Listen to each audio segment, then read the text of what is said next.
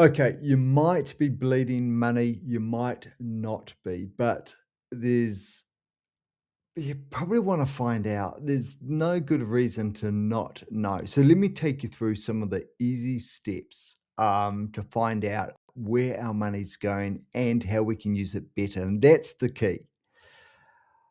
Can we use our money better where it gives us the options that we don't have at the moment? Okay, so it used to be quite an arduous thing where you'd get your bank statements and you'd trawl through your bank statements. You don't need to do that now, especially with AI, and it is great for some things. And one of those things is analysis of something, in this case, financial transactions and a list of them. So, your first step, if you're happy to use AI to analyze, is get some PDF downloads, or you can download the files in other ways.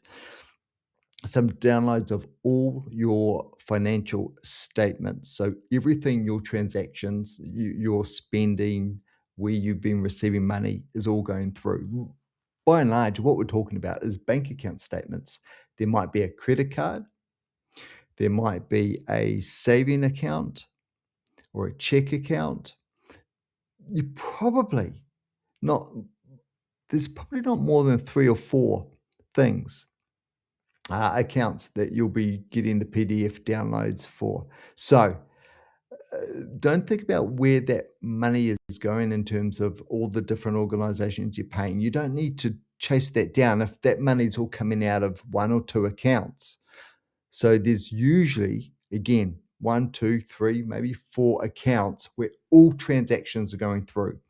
Download the last 12 months of transactions. So you will have to change some settings in your banking app or or the like to get the year downloaded. I find 3 or 4 months is too short. A year captures everything. So if you pay your insurance, for example, yearly, it's going to capture that transaction. Right. Now, once you've got your 3 or 4 or 5 documents that show the yearly transactions from each of those main accounts where your money goes through, now you can pop those into AI. So, in a chat, simply put those documents and ask it to analyze your spending over the last year. Start to put the spending into categories and total up what income you've earned and where you've earned it from. For most of us, there's a single source of income, or if you're running your own business, there'll be multiple sorts of income. Not that your business accounts would go through here, but what it will capture is the money you've been drawing from your business to go into your personal account. Okay, get it to do that analysis. Now, quick tip on that, some of that analysis might be a bit clunky where it groups a lot of things together potentially. Like, for example, it might say entertainment. So the money you might spend on going to the movies, going out with your friends, um, uh, things like Netflix and all of that might get all clumped together. And then ask it any questions you want, it being AI, and separate out those things. If entertainment is too much of a clump, get it to break it down to a high degree of resolution by product, so you can exact or service, so you can exactly see what is going on. Now, keep asking questions until you get the insights that you need. That brings me to that now I just said, which is this: whatever has happened over the last year. So don't admonish yourself if you see some pretty heavy spending in some areas where you're now feeling regretful about those spends. Don't worry about that too much. Worry about it only enough to change your behavior going forwards, but not so much that you're admonishing yourself. It is done, it has happened. It is the insights of what you've spent money on over the last year that will help you make better decisions going forwards. And one of those decisions might be How much money can I put away each week into, it might be an investment fund or something like that, where the money is likely to grow, and put that money aside first. Pay yourself first. Get that out of the way so you don't so you're not looking at it as something that's accessible and then you start to draw on it. So let me come back a step. When you're analyzing what you've spent your money on, that is your opportunity to go, well, how much a week can I put away towards your investment? And set that up and do that. And then the rest, well, it's the rest, isn't it?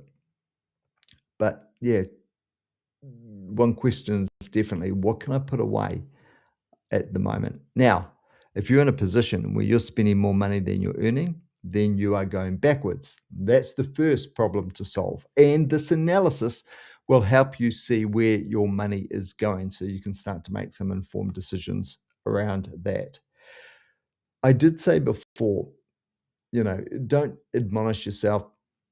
And again, if you're doing this as a partnership, if there's two of you that are doing this analysis, know that it could be quite taxing on the relationship where someone's spending money that they feel was important to spend it in a certain area, but obviously someone else in that relationship doesn't feel that same degree of importance.